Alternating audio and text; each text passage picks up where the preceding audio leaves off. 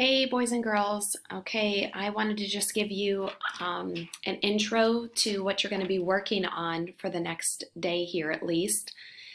This is your Keynote Grammar, so I want you to make sure you go to this, and here are the links that I want you to watch some of the videos to get an introduction to simple subjects and simple predicates. So last week we had gone over simple subjects, which we did this page, and then we went over the answers together.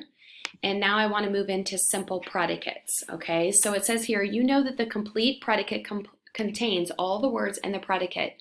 In the complete predicate, one main word tells what the subject is or does. It's called the simple predicate, which it's also called the verb. So for example, Abigail, what does she do? She runs to her singing class. Now, we were drawing a line in between the complete subject and the complete predicate. Now we're just going to find the simple predicate. So runs is an action verb. Singing is her favorite activity. This isn't an action verb, but it's still a verb. It's called actually a linking verb, okay, connecting the end of the sentence to the beginning. So her favorite activity is basically singing. It's naming what it is, which we'll get there later. A good indication to finding your verb is that it always comes right after your subject. So if you look down here, Abigail has sung in many musicals. We can find two verbs here because you can't leave a helping verb out. You need the helping verb with this other verb to make sense. So this is just showing you that a simple predicate may be more than just one word, such as these sentences. She will be performing again tonight. So you can see will be performing. You have your helping verbs, will and be, and then performing is your action verb. And also my favorite musical was performed last month. Okay, the guided practice, it shows you an example. They give you the complete predicate. They underlined it, and they wanted you to find the simple predicate. In this case, there's no action verb right after had. It's just going to be called a linking verb. It's still a predicate. It's coming right after your subject. It's only had. Okay, for number one, because I don't have my video here on my iPad, I'm just going to walk it through with you guys. Number one, he sang with many jazz bands. Out of what's underlined, the simple predicate is just going to be sang. Number two, he has been called a great singer is going to be he has been called. I'm sorry, just has been called. There's three predicates there, but has been happens to be a helping verb and called is your main verb. Three is just going to be became. So no action verb, but it's still the verb that comes right after he or the predicate. Number four, people have been copying his music for years. What do you think it is? If you said have been copying, you are correct. Number five is was hired.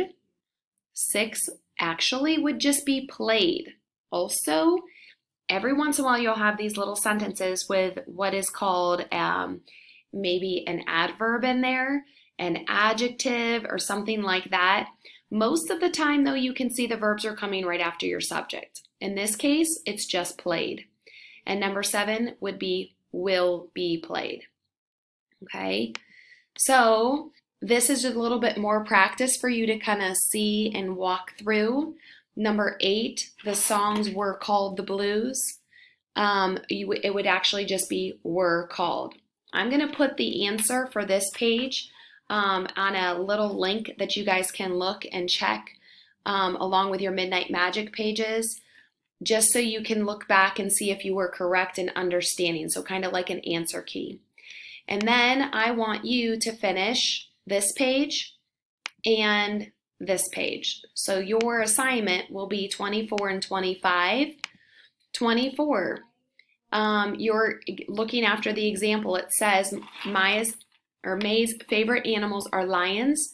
Notice this, the complete predicate is are lions, and on the line they wrote are. You don't have to write the predicate if you don't want to. I am fine with you just circling.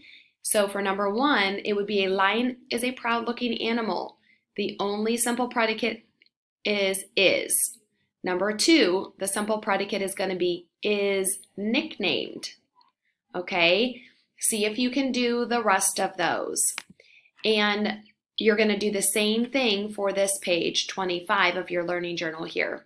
So if you want to make a line in between your subject and predicate to be most people, what do? Find cockroaches troublesome. You can draw your line in between the two, circle find as your simple predicate. And I can see if I can draw here, just to give you an example. Oh geez, I'm not as good on my MacBook as I am with my Keynote, and I can't figure it out, to be honest with you. I thought if I format it, I would be able to change, but they're just asking me for a color fill, so I'm not going to worry about it right now. But again, it's in between most people and then find, and then your simple predicate is find. All right, so those are the pages that I want you to complete during Tuesday and Wednesday for grammar, and that's all I'm asking. We're probably going to have to do subjects and imperative sentences together, as that's a brand new skill. But I want you to, before you start doing simple subjects and predicates, I want you to listen to this video on simple subjects, simple predicates. It's number 4. Remember, you have to play and then listen to this video. Okay, so that covers grammar. I also am going to put the Midnight Magic Keynote answer key slides. I will put those as links in your Google Classroom so you can double check your answers before you take your quiz. But I'll show you on this little video, this is what they look like. Okay, I will put these answer keys up. So there was your vocabulary. There is chapter 1 and 2, which you should already have. 3 and 4, 5 and 6 you should already have, and these will be your answers from the last 2 chapters that you read on Monday. Okay, so I will put those in your Google Classroom.